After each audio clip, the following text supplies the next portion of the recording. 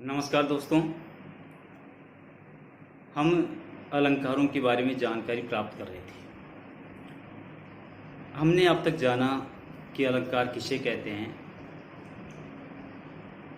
अलंकार के भेदों में शब्द अलंकार क्या होता है, उसके उपभेद कौन कौन से होते हैं, फिर अर्थालंकार क्या होता है, कितने प्रकार के होते हैं, उनके भी उपभेद कौन कौन से होते हैं। अब अलंकार के तीसरे भेद की हम चर्चा करेंगे।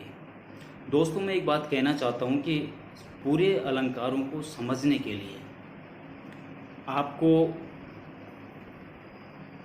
इस सीरीज़ के जितने भी पार्ट हैं उन सभी पार्टों पर गौर करना होगा, तभी आप पूरे अलंकारों को समझ पाएंगे।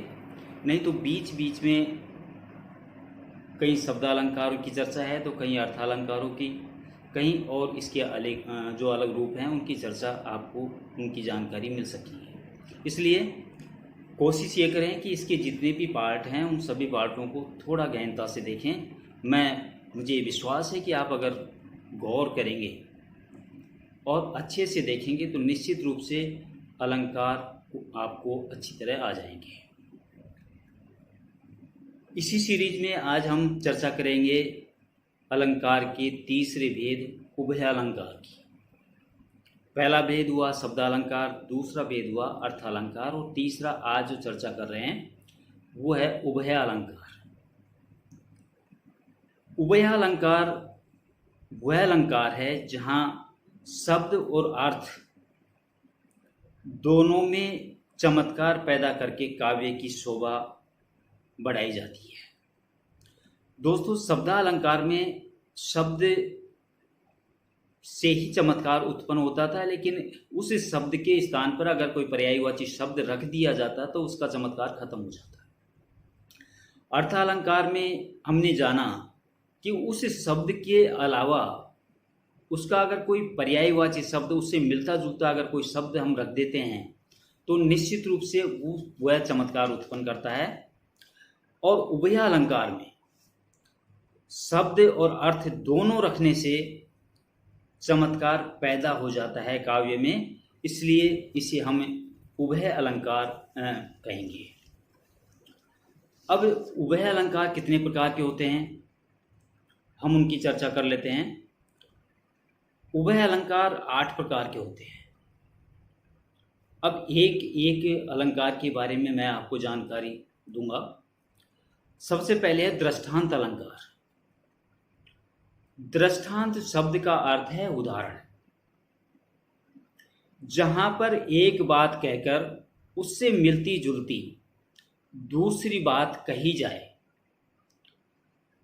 और उसे पहली बात के उदाहरण के रूप में प्रकट किया जाए, वहां दृष्टांत अलंकार होगा। मान लीजिए हमने एक कोई पंक्ति में कोई बात कही और दूसरी बात किसी और चीज को लाकर के हमने कही, लेकिन संदर्भ उसका ये होगा कि पहली बात को समझाने के लिए किसी दूसरी बात की चर्चा हमने की, लेकिन उसका मतलब पहली पंक्ति से निश्चित रूप से होगा, उसे दृष्टांत अलंकार कहेंगे। मैं एक उदाहरण आपको बताता हूँ। एक म्यान में 2 तलवारें कभी नहीं रह सकती हैं, किसी और पर प्रेम नारियां पति का क्या सह सकती हैं। यहां पर पहली पंक्ति में एक म्यान में 2 तलवारें कहा गया है और फिर उसके दृष्टांत रूप में दूसरी बात किसी और पर प्रेम नारियां कही गई है। जिस प्रकार एक म्यान में 2 तलवार नहीं समा सकती, उसी प्रकार एक स्त्री अपने पति का किसी पर स्त्री से प्रेम सहन नहीं कर सकती। अतः पहली बात के संदर्भ में उससे मिलती जुलती कोई दूसरी बात पहली बात को समझाने के लिए कही जाए, उसे हम दृष्टांत अलंकार कहेंगे। एक उदाहरण और बताता हूं। ओछे नर के पेट में रहे न मोटी बात, ओछे नर के पेट में रहे न ओछी बात, ओछे नर के पेट में रहे न मोटी बात, आद शेर के पात्र में कैसे शेर समात। प्रथम पंक्ति में संकीर्ण सोच वाले व्यक्ति को एक छोटे पात्र के दृष्टांत के रूप में समझाया गया है। अर्थात किसी संकीर्ण मानसिकता वाले व्यक्ति के अंदर कोई बड़ी बात रह नहीं सकती, वो कह देता है। ठीक जैसे आधा शेर आधा किलो की कोई बर्तन में 1 किलो की कोई चीज समाई जाए, वो समाई नहीं जा सकती। इसलिए किसी एक बात को कहने के लिए उसी के दृष्टांत में उसी से मिलती जुलती कोई दूसरी बात अगर कही जाती है तो वह दूसरी बात कहने के कारण वह दृष्टांत अलंकार माना जाएगा। अगला भेद है संदेह अलंकार। जब उपमेय और उपमान में समता देखकर यह निश्चित नहीं हो पाता है कि उपमान वास्तव में उपमेय है या नहीं, जब यह दुविधा बनती है तब संदेह अलंकार होता है। अर्थात जहां पर किसी व्यक्ति या वस्तु को देखकर संशय बना रहे वहां पर संदेह अलंकार होगा। उपमेय और उपमान दो चीजें हैं, लेकिन यह निश्चित नहीं किया जा सकता है कि कौन सा उपमेय है और कौन सा उपमान है। इस संशय अवस्था के कारण ही यह संदेह अलंकार के घेरे में आ जाएगा।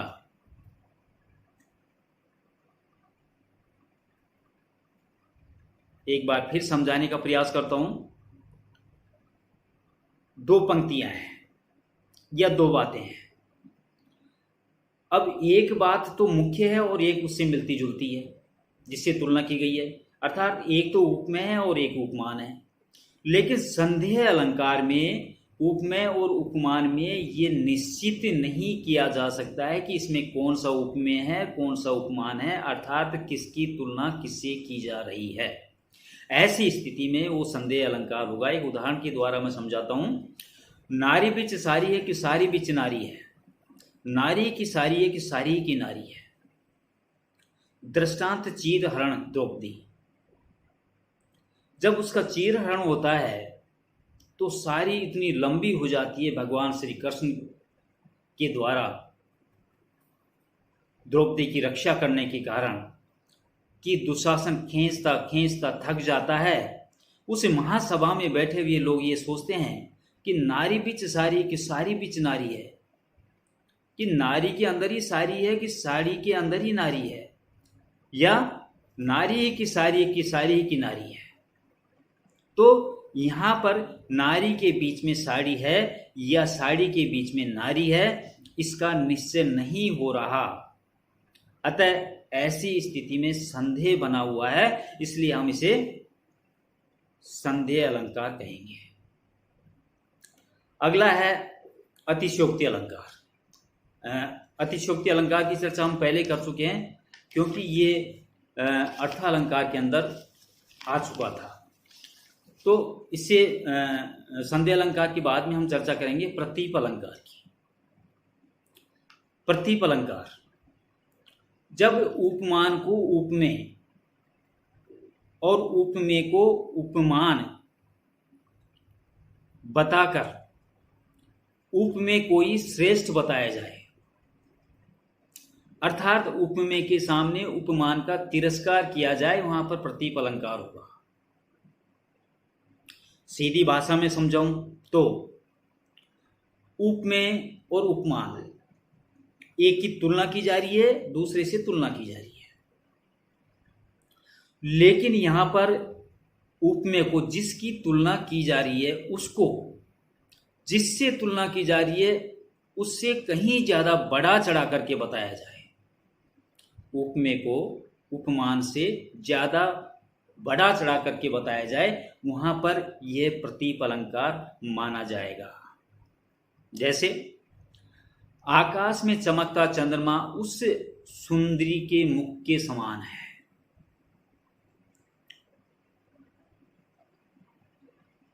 कुछ चीजें इस प्रतीप अलंकार के अंदर जोड़ी गई है। क्या क्या होना चाहिए? प्रसिद्ध उपमान को उपमेय की तरह प्रयुक्त किया जाता है। प्रसिद्ध उपमान को उपमेय की तरह प्रयुक्त किया जाता है। जैसे आकाश में चमकता चंद्रमा उस नारी के मुख के समान है। चंद्रमा से तुलना की है, लेकिन चंद्रमा को बड़ा नहीं बताया गया है, बल्कि उसे नारी के मुख के समान ही बताया गया है। दूसरी बात, उपमेय की किसी विशेषता का खंडन करके उसकी क्षमता किसी प्रसिद्ध उपमान से की जाती है। जैसे कमल ही कोमल नहीं है, बाल कृष्ण के हाथ भी उसके समान कोमल है। तीसरा, प्रसिद्ध उपमान का उपमेय के सामने निरादर हो तो प्रतीप अलंकार होगा। उपमान का यहां पर निरादर किया गया है उपमेय के सामने, अगर ऐसा होता है तो प्रतीप अलंकार होगा। जैसे वीर शिवा तुम्हारी कीर्ति चांदनी से भी अधिक चमकीली है। चंद्रमा की चांदनी और वीर शिवा की जो कीर्ति है, उसका जो साहस है, उस साहस को चंद्रमा की चांदनी से भी बढ़कर के बताया गया है, अर्थात यहां पर उपमान का तिरस्कार हो रहा है। अगला है, पहले उपमेय की उपमान के साथ समानता बताई जाए अथवा समानता की संभावना प्रकट की जाए तथा बाद में उसका खंडन किया जाए तो प्रतीप अलंकार होगा। और अगली इसकी जो शर्त होती है, कंडीशन होती है, वो ये है कि उपमेय के होने की स्थिति में उपमान को व्यर्थ बताया जाए तो भी प्रतीक अलंकार होगा। जैसे नायिका के मुख की शोभा के रहते उस गांव में चंद्रमा की आवश्यकता नहीं है। नायिका को इतना बड़ा चढ़ा करके, सुंदरता को उसकी बड़ा चढ़ा करके बताया गया है कि जब वो बाहर निकलती है तो रात को चांदनी फैल जाती है, इसलिए चंद्रमा की उसे उस गांव को आवश्यकता नहीं है। इस तरह हम इसे प्रतीप अलंकार कहेंगे। अगला इसका भेद है भ्रांतिमान अलंकार। जब एक जैसे दिखाई देने के कारण एक वस्तु को दूसरी वस्तु मान लिया जाता है, एक जैसे दिखाई देने के कारण एक वस्तु को दूसरी वस्तु मान लिया जाता है, या समानता के कारण किसी दूसरी वस्तु का भ्रम हो जाता है, तो वहां पर भ्रांतिमान अलंकार होगा। दो वस्तुएं दिखाई देती हैं, मान लीजिए कि दो व्यक्ति सामने से दूर से आते हुए दिखाई देते हैं, एक राम और श्याम, लेकिन दूर से जो देख रहा है वो श्याम को राम बता रहा है और राम को श्याम बता रहा है, तो वहां उसे भ्रम की स्थिति है कि कौन सा राम है और कौन सा श्याम है, वो निश्चय नहीं कर पाता, और निश्चय नहीं कर पाने की स्थिति में वहां पर हम उसे भ्रांतिमान अलंकार कहेंगे। जैसे नाक का मोती अधर की कांति से, बीज दाड़िम का समझकर भ्रांति से, देखकर सहसा हुआ सुख मौन है, सोचता है अन्य सुख कौन है। इन पंक्तियों में नाक में तोते का और दंत पंक्तियों में अनार के दानों का भ्रम हो जाता है। अनार के दानों को दांत समझ लिया जाता है और नाक को तोता समझ लिया जाता है। तो ये जो भ्रम की स्थिति है, जो मैंने बताया आपको, राम और श्याम वाली स्थिति, यहाँ जो भ्रम की स्थिति है, इस भ्रम की स्थिति के कारण ही ये भ्रांतिमान अलंकार माना जाएगा। एक उदाहरण और दे देता हूं आपको। पांव महावर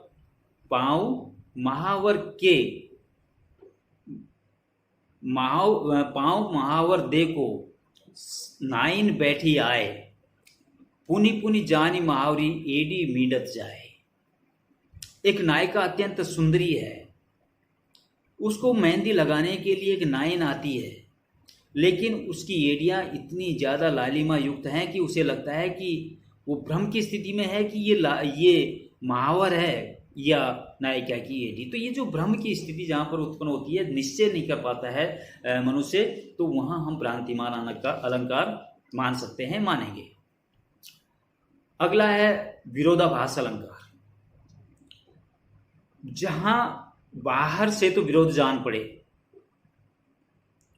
किंतु यथार्थ में विरोध न हो। देखने में तो विरोध सा जान पड़े, लेकिन वास्तव में वो विरोध नहीं है। जहां वास्तविक विरोध नहीं होने के कारण विरोध का आभास हो, वहां विरोधाभास अलंकार माना जाएगा। जैसे, या अनुरागी चित्त की गति समझे नहीं कोई, ज्यों ज्यों बूढ़े श्याम रंग त्यों त्यों उज्जवल होए।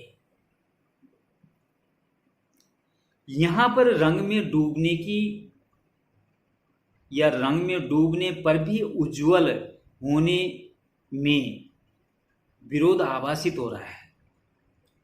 जब किसी रंग में डूबा जाएगा तो निश्चित रूप से उस रंग के अनुकूल हो जाएगा, लेकिन यहाँ पर उज्जवल बताया गया है। तो जहां पर बाहर से तो विरोध जान पड़े लेकिन अंदर से वो यथार्थ में विरोध नहीं हो, ऐसी स्थिति में विरोधाभास अलंकार हम इसे कह सकते हैं। एक उदाहरण और दे देता हूं। या खुदाई मिला ना विसाले शरम, ना खुदाई मिला ना विसाले शरम, ना इधर के रहे ना उधर के रहे। तो ऐसी विरोध वाली स्थिति में हम उसे विरोधाभास अलंकार मानेंगे। उभयालंकार का अगला जो भेद है वह है काव्यलिंग अलंकार।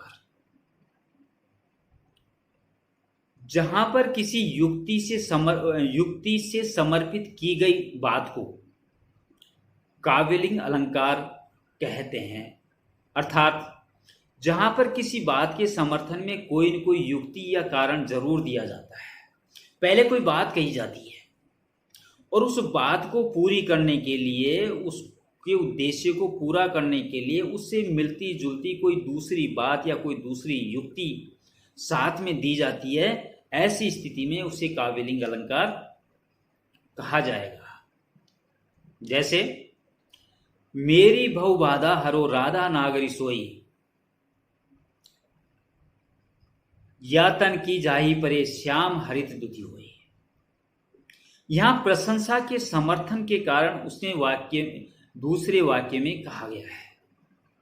प्रशंसा की गई है लेकिन उसके समर्थन में दूसरा वाक्य प्रस्तुत किया गया है, अतः यहां पर काव्यलिंग अलंकार माना जाएगा। ऐसे ही, कनक कनकते शोभना मादकता अधिकाई, ई खाए बोराए जग ई पाए बोराई। एक बात को पूरी करने के लिए, उसके समर्थन के लिए जब दूसरी बात कही गई है, कोई दूसरी युक्ति या दूसरा कारण बताया गया है, तो वहां पर काव्यलिंग अलंकार माना जाएगा। अगला भेद है अपहृंति अलंकार। इसका अपहृंति का मतलब होता है छिपाना। अतः जहां पर एक बात को छुपाकर कोई दूसरी बात कहकर दूसरे व्यक्ति का समाधान कर दिया जाता है, जहां पर एक बात को छुपाकर कोई दूसरी बात कहकर दूसरे व्यक्ति की बात का समाधान किया जाता है, वहां पर अपहृंति अलंकार हुआ। दूसरे शब्दों में कह सकते हैं कि इस अलंकार में उपमेय का निषेध करके उपमेय का आरोप किया जाता है। उपमेय होता है लेकिन उपमेय का निषेध किया जाता है और उपमान का आरोप उस पर किया जाता है। जैसे, सत्य कहूं वो दीन दयाला, सत्य कहूं वो दीन दयाला, बंधु न होई मोरिय काला। यहां प्रस्तुत उपमेय बंधु है लेकिन उस प्रस्तुत उपमेय का निषेध किया जाता है। यहां प्रस्तुत उपमेय बंधु का निषेध कर अप्रस्तुत उपमान काल की स्थापना किए जाने के कारण अपहृंति अलंकार है। तो सीधा सीधा समझिए कि यहाँ उपमेय होता है लेकिन उपमेय का निषेध करके उस पर उपमान का आरोप किया जाता है, और उपमान का आरोप करने के कारण ये अपहृंति अलंकार माना जाएगा। उभयालंकार का अंतिम रूप उल्लेख अलंकार। जहां पर किसी एक बात को अनेक रूपों में ग्रहण किया जाए, जो अपने अलग अलग भागों में बंटने को उल्लेख अलंकार कहा जाता है। एक वस्तु को अनेक रूपों में अनेक तरीके से बताया जाए, वह अलग अलग भाग में बंटने के कारण उल्लेख अलंकार होगा। अर्थात जब किसी एक वस्तु को अनेक प्रकार से बताए जाए, वहां पर उल्लेख अलंकार माना जाएगा। सीधा सा मतलब है कि हम किसी बात को बताने की कोशिश कर रहे हैं, लेकिन उस एक बात को समझाने के लिए अनेक उदाहरण हमारे पास मौजूद हैं जिनका हम प्रयोग कर रहे हैं। तो किसी एक बात को समझाने के लिए तरीके अनेक हो सकते हैं, उन अनेक तरीकों का प्रयोग किया जाए, ऐसी स्थिति में उसे उल्लेख अलंकार कहेंगे। जैसे ये इसके भी दो भेद होते हैं, दो भेद। एक तो प्रथम उल्लेख में एक ही वस्तु का ज्ञाताओं के भेद के कारण उल्लेख किया जाता है। वस्तु एक है, लेकिन जो विद्वान है वो अनेक अनेक उदाहरणों के द्वारा उस एक वस्तु को समझाने का प्रयास करते हैं। ऐसी स्थिति में वह प्रथम उल्लेख होगा। जैसे जाकी रही भावना जैसी, प्रभु मूरत देखी तिन तैसी। भगवान श्री राम का वर्णन है, लेकिन उसके बारे में सोच सबकी अलग अलग है। इसलिए एक बात को समझाने के लिए जब ज्ञाताओं में भेद हो, तो ऐसे को प्रथम उल्लेख अलंकार हम कहेंगे। यहां पर द्वितीय उल्लेख अलंकार, जिसमें एक ही वस्तु का विषय भेद से अनेक प्रकार से उल्लेख किया जाए, विषय भेद होने के कारण अनेक प्रकार से उसका उल्लेख किया जाए, तो वहां द्वितीय उल्लेख होगा। जैसे कातर है पर दुख में निज दुख में बिन पीर, है लोभी यस्मे सदा सज्जन जनमत धीर। यहां पर सज्जनों के विभिन्न गुणों का अनेक प्रकार से उल्लेख किया गया है, अतः ये उल्लेख अलंकार माना जाएगा, उल्लेख अलंकार हम इसे कहेंगे। इस प्रकार उभयालंकार के जो 8 भेद हैं, दृष्टांत, संदेह, प्रतीप, भ्रांतिमान, विरोधाभास, काव्यलिंग, अपभ्रांति और उल्लेख, इन 8 भेदों का हमने इनके बारे में चर्चा की। अब मैं अपनी वाणी को यहीं विराम देता हूँ। नमस्कार, बाय।